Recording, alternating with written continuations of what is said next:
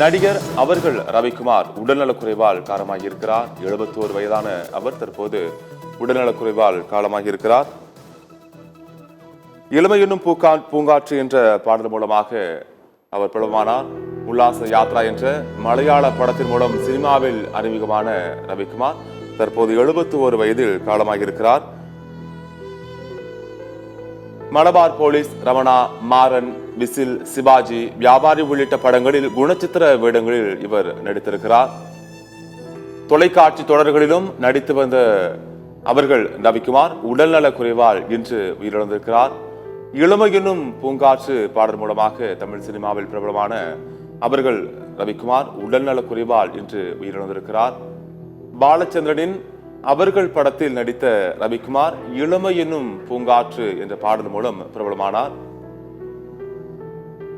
உடல்நலக்குறைவு காரணமாக 71 வயதான ரவிக்குமார் காலமாகியிருக்கிறார். வேளச்சேரியில் உள்ள மருத்துவமனையில் ரவிக்குமார் உயிரிழந்ததை அவருடைய மகன் உறுதிப்படுத்தியிருக்கிறார்.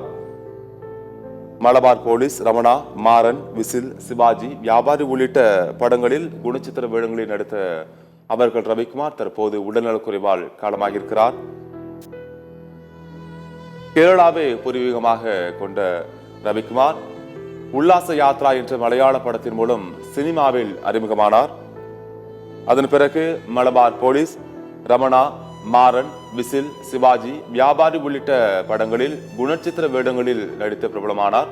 தொலைக்காட்சி தொடர்களிலும் நடித்து வந்த ரவிக்குமார் உடல்நல குறைவால் இன்று காலமானார்.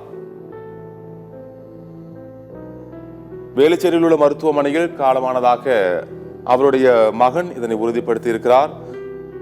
நடிகர் அவர்கள் ரவிக்குமாரின் மரணம் திரையுலகினை தற்போது அதிர்ச்சியடைய வைத்திருக்கிறது.